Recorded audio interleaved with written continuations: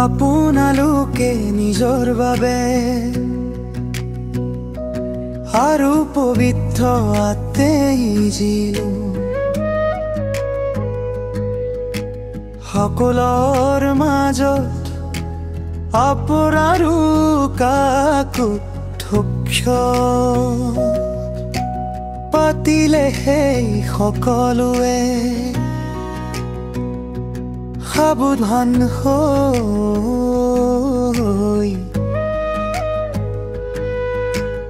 ঈশ্বৰে নিজৰ তেজেৰে যি মণ্ডলীক কিনিলে সেই মণ্ডলীক কিনিলে সেই মণ্ডলীক প্ৰতিপালন কৰ মই যোৱাৰ পাছত তোৰ জোনৰাং কুকুৰবোৰে আপোনালোকৰ মাজত সোমাই যাক লৈ নিৰ্দয় আচৰণ কৰিব আৰু আপোনালোকৰ মাজৰ পৰাও কোনো মানুহ হলাই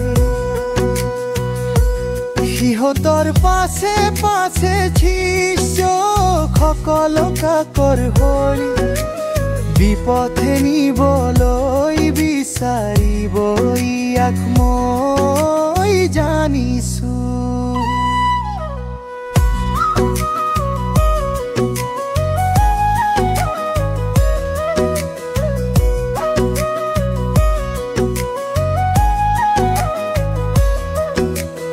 এতেকে আপোনালোকে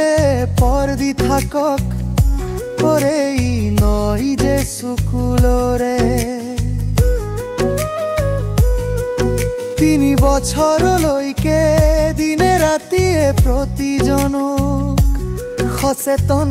কৰিবলৈ নেৰিলৈ ইয়াক সোঁৱৰণ কৰক এতিয়া আজি ঈশ্বৰে আপোনালোকক বিশ্বাস বৃদ্ধি কৰিব পাৰে আৰু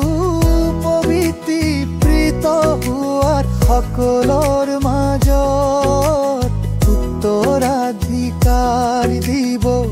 পাৰে তেওঁ আৰু তেওঁৰ অনুগ্ৰহৰ বাক্যলৈ এতিয়া আজি ঈশ্বৰে আপোনালোকক বিশ্বাস বৃদ্ধি কৰিব পাৰে আৰু পবিত্ৰীকৃত হোৱা সকলৰ মাজত উত্তৰাধিকাৰ দিব পাৰে তেওঁলৈ আৰু তেওঁৰ অনুগ্ৰহৰ বাক্যৰ আপোনালোকক